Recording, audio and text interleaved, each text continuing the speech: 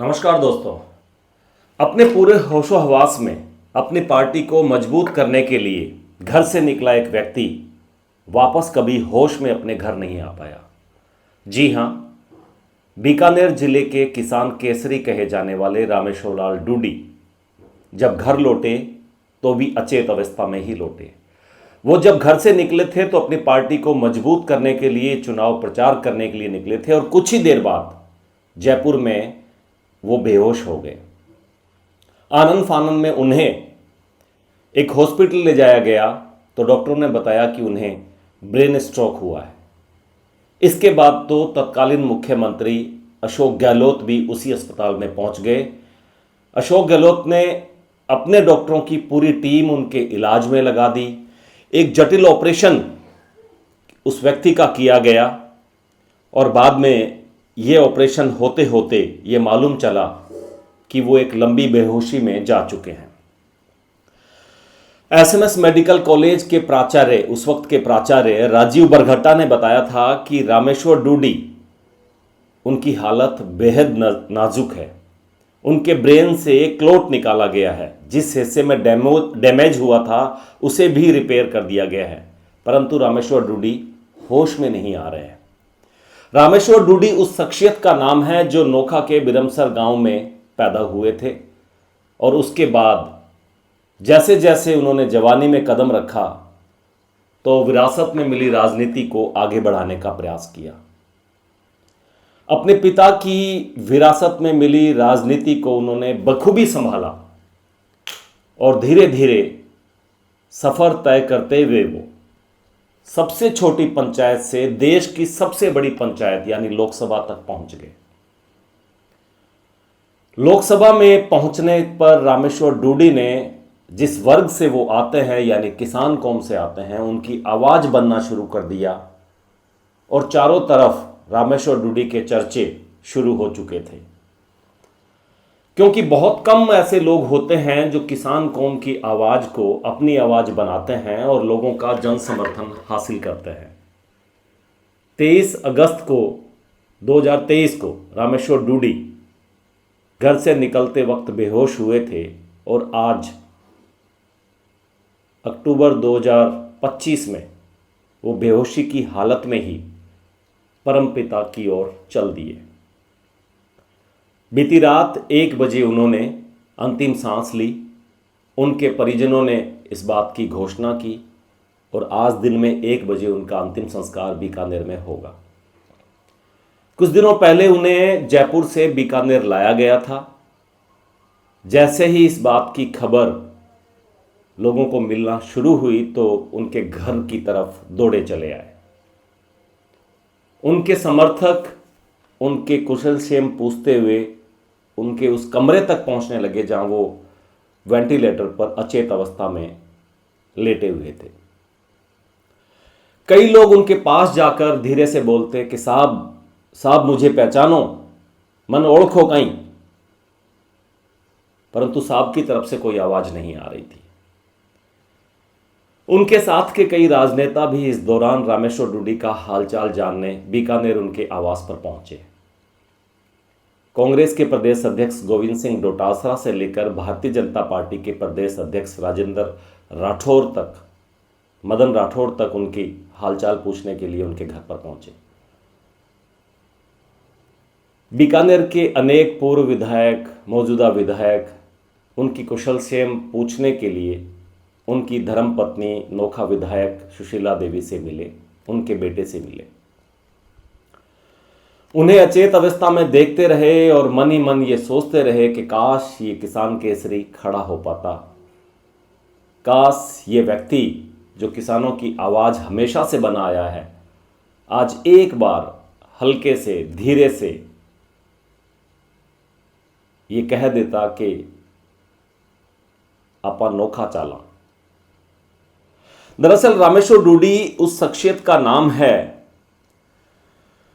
जिन्होंने जीते जी सिर्फ नाम कमाया है। नाम भी उन लोगों से कमाया है जो कहीं न कहीं हमेशा शोषित वर्ग में रहे, यानी उस किसान कौम के चहेते बने जिनकी आवाज़ इस देश में कम ही उठाई जाती है। उनकी आवाज़ बनने पर रामेश्वर डूडी को किसान केसरी कहा जाने लगा। रामेश्वर डूडी बीकानेर सांसद के साथ साथ नोखा से विधायक भी रहे, प्रधान भी रहे और उसके बाद में वो जिला प्रमुख तक का सफ़र उन्होंने शुरू किया। जिला प्रमुख वो उस स्थिति में बने जब जिला परिषद में भारतीय जनता पार्टी का बहुमत था, परंतु उनकी शैली से लोग इतने प्रभावित थे कि भारतीय जनता पार्टी के लोगों ने भी क्रॉस वोटिंग करके उन्हें जिला प्रमुख बना दिया। रामेश्वर डूडी की कमी की पूर्ति करना संभव नहीं है। उनके जैसा नेता बीकानेर में शायद ही अब आए। रामेश्वर डूडी जैसा नेता कांग्रेस को शायद ही अब मिले। इस बात में कोई दो राय नहीं है कि रामेश्वर डूडी अगर उस चुनाव प्रचार में जाने से पहले बेहोश नहीं होते तो इस बार सरकार की तस्वीर कुछ अलग होती। राजस्थान की राजनीति में कुछ ऐसे चेहरे होते हैं जिनका जिक्र होते ही बुजुर्गों की आंखें चमक जाती हैं। लोग कहते हैं कि वो ट्रैक्टर पर खड़े होकर भाषण देते थे और लाखों लोगों का काफिला उन्हें सुनता था। 80 से 90 साल के बुजुर्ग भी उनकी एक झलक पाने के लिए बेताब रहते थे। ये बड़ी बात होती है। आमतौर पर हम उम्र के लोग यानी युवा साथी अपने नेता को सर आंखों पर पलकों पर बैठाते हैं, परंतु रामेश्वर डूडी की झलक पाने के लिए 80 से 90 साल के बुजुर्ग भी हमेशा लालायित रहते थे। किसान का बेटा, चौपाल का नेता और राजस्थान विधानसभा में विपक्ष का चेहरा, इस तरह से रामेश्वर डूडी की अगर पूरी राजनीतिक कहानी को समझा जाए तो इन 3 लाइनों में सिमट जाती है। गांव में चौपाल लगती थी खुलेआम। जहां से निकल रहे थे गाड़ी रोकी, अचानक से लोग इकट्ठे हो गए। लोगों से पूछा समस्या क्या है। किसी ने कहा कि मेरा बिजली का कनेक्शन नहीं लग रहा है। तुरंत एक्शन को अय्यन को फोन लगा दिया और न केवल लगा दिया बल्कि वहीं खड़े रहते थे तब जब तक उस किसान का डिमांड नोटिस नहीं भरा जाता और उसके घर पर मीटर आकर नहीं लग जाता। रामेश्वर डूडी एक शिक्षित जाट नेता, किसान नेता थे। बचपन से ही उनमें साफ गोई, मिलनसार स्वभाव और सबको याद रखने की कला गजब की थी। वो नाम से याद रखते थे, चाहे एक बार मिल लिए हों चाहे 10 बार मिल लिए हों। उनके पास अगर आप जाओगे तो आपको नाम से संबोधित करके अपने पास बुलाते थे और यही उनकी कला लोगों को उनसे जोड़ती थी। बहुत स्कूली दिनों के उनके दोस्त जो 8वीं 9वीं 6ठी 7वीं में उनके साथ पढ़ते थे वो भी उन्हें रामेश्वर डूडी उनको नाम से बुला लेते थे। उनकी माताजी का जब देहांत हुआ था तब ऐसे बहुत से लोग आए थे जो उनसे 20-20 30-30 साल पहले मिले थे या उनके साथ कहीं पढ़ते होंगे, तो रामेश्वर डूडी उनको नाम से पुकार कर बुलाते थे तो वो व्यक्ति भी चकित रह जाता था। रामेश्वर डूडी एक ऐसे नेता थे जो फैसला फाइल पर नहीं करते थे बल्कि चौपाल पर करते थे। उसकी एक वानगी मैंने आपको बताई कि किस तरह से उन्होंने एक किसान के यहाँ, जिसके यहाँ बिजली नहीं लग रही थी और तुरंत यानी तकरीबन 1 से 2 घंटे के भीतर लाइनमैन और अय्यन जय्यन वहाँ पर पहुँचकर उसके यहाँ मीटर लगा देते हैं। वो किसान डिमांड नोटिस नहीं भरना जानता था तो उन्होंने कहा कि आप खुद भर लो, फीस ले लो मुझसे और इसके यहाँ मीटर लगाओ। ऐसे बहुत से लोग हैं जिनकी अलग अलग किस्से कहानियाँ सामने आती रहती है। उनके भाषण में घुमावदार अंग्रेजी नहीं होती थी। उनकी भाषा किसानों की भाषा होती थी। 2 टूक में अपनी बात वो कहते थे। राजनीति में वही नेता कामयाब होता है जो बड़े बड़े वादे करता है, परंतु रामेश्वर डूडी जो वादा करते थे वो चौपाल में करते थे और उनका वादा बहुत छोटा होता था और वो तुरंत पूरा हो जाता था। ऐसे असंख्य वादे उनके हुआ करते थे। राजनीति में ऐसे लोग भी बहुत कम हैं जो अपनी निजी संपत्ति को जनता के हितार्थ दान कर देते हैं। रामेश्वर डूडी भी उनमें से एक हैं जिन्होंने अपनी 15 बीघा भूमि नोखा में वहाँ के अस्पताल के लिए डोनेट कर दी और देखते देखते वहाँ अस्पताल बनना शुरू हो गया।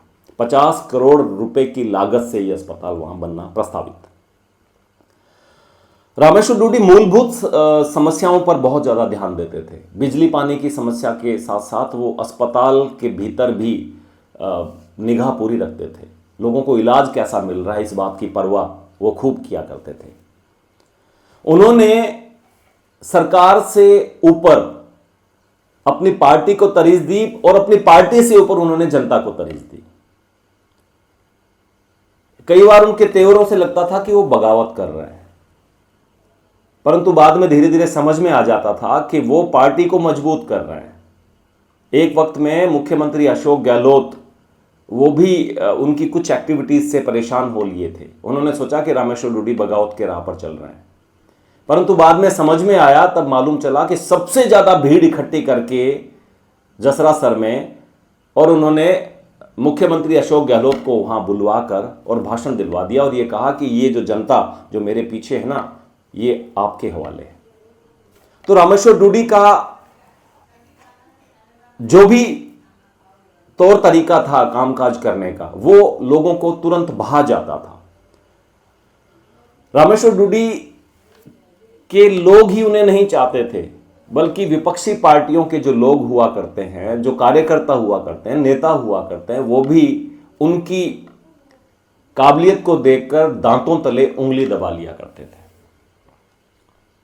कांग्रेस के भीतर भी उनके कई धुर विरोधी थे जो उनसे पटकनी खाने के बाद में बैठकर माथा पकड़कर सोचते थे कि डूडी ने मरवा दिया।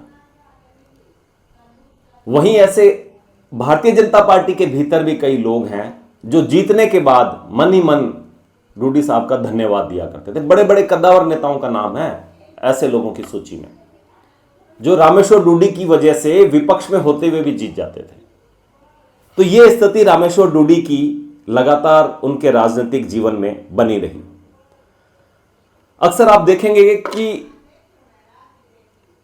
लोग अपने नेता की तस्वीर, उनका नाम ड्राइंग रूम में उनके साथ खिंचवाई हुई पुरानी फोटो बड़ी संजो कर रखते हैं।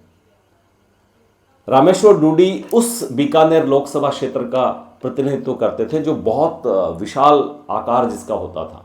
सूरतगढ़ और सूरतगढ़ से आगे कैंचियां तक, भगवानगढ़ तक, रिडमलसर तक फैली हुई होती थी। वहां आज भी लोगों को ड्राइंग रूम में, भले ही उन्होंने अपनी छत पर लगा पार्टी का झंडा बदल लिया, यानी कांग्रेसी से भाजपा के हो गए, परंतु ड्राइंग रूम के भीतर आज भी रामेश्वर डूडी के साथ उनके घर पर, उनके गांव में आई हुई तस्वीर वो लोग बड़ी शान से रखते हैं। कहने का मतलब यह है कि रामेश्वर डूडी आने वाले वक्त में बहुत याद किए जाएंगे, न केवल पक्ष के लोगों के द्वारा बल्कि विपक्ष के लोगों के द्वारा। एक किस्सा मुझे भी याद आता है। रामेश्वर डूडी नेता प्रतिपक्ष हुआ करते थे। राहुल गांधी का बीकानेर दौरा था। एक कांग्रेस के नेता ने, जो राहुल गांधी का स्वागत करने के लिए एयरपोर्ट के भीतर जो कांग्रेसी जाने वाले थे, उनमें किसी एक पत्रकार का नाम भी लिख दिया और उसे कांग्रेसी कार्यकर्ता बनाकर स्वागत करने के लिए भीतर भेज दिया। उस पत्रकार का मकसद था कि वो कांग्रेसी कार्यकर्ता बनकर राहुल गांधी के पास पहुंच जाए और एक सेल्फी फोटो तस्वीर उस राहुल गांधी के साथ खिंचवा ले और अपनी खबरें भी चला ले। बाकी के अन्य पत्रकार बीकानेर एयरपोर्ट के बाहर खड़े होकर इंतजार कर रहे थे। उन्हें जब इस बात का मालूम चला और वो सूची वायरल हुई जिसमें उस पत्रकार का नाम लिखा हुआ था बाकी 10 अन्य कांग्रेसियों के साथ, तब उन पत्रकारों को गुस्सा आया, वो नाराज हुए। उन्होंने इस बात की शिकायत की और वहीं धरने पर बैठ गए।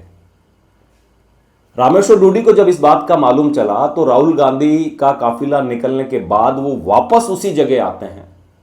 कुछ ही मिनटों के अंतराल में एयरपोर्ट के भीतर अहाते में बैठे हुए पत्रकारों से मिलते हैं, उनकी मान मनोबल करते हैं, उन्हें राजी करते हैं। किसी से गले मिलते हैं, किसी के कंधे पर हाथ रखते हैं, किसी को जिकारा देकर अरे अरे अरे यूं यूं करके, और सब पत्रकारों को राजी खुशी अपने साथ अपने गाड़ियों में पत्रकारों की गाड़ियों में, उनके काफिले में लेकर बीकानेर सर्किट हाउस जाते हैं और वहाँ राहुल गांधी से उन पत्रकारों की व्यक्तिगत मुलाकात करवाई जाती है और उनके इंटरव्यू करवाए जाते हैं। दरअसल रामेश्वर डूडी का एक भरा पूरा लंबा चौड़ा परिवार है। उनकी राजनीतिक विरासत संभालने के लिए उनकी धर्म पत्नी का नाम का जब फैसला किया गया तब भी बहुत लंबा चौड़ा विचार विमर्श उनके परिवार और उनके समर्थकों में हुआ।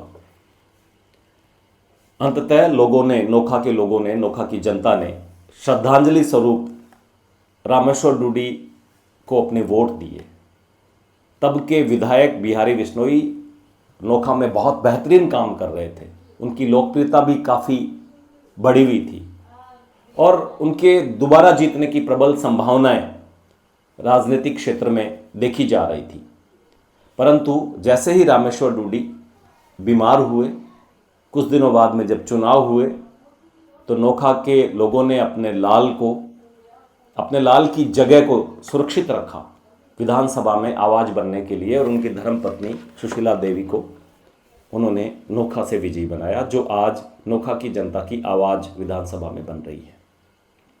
चूल्हे चौके वाली महिला है, बहुत सीधी सादी महिला है, जिसका पति बीमार हो, वेंटिलेटर पर हो, 2 साल से होश में नहीं हो, बोल नहीं रहे हों, जिनके पति ने इतना ऊंचा कद राजस्थान की राजनीति में बनाया हो, उस महिला के लिए बहुत मुश्किल होता है कि वो अपने पति को संभाले, अपने घर गृहस्थी को संभाले या नोखा की जनता को संभालते हुए नोखा की आवाज़ बने। परंतु फिर भी उन्होंने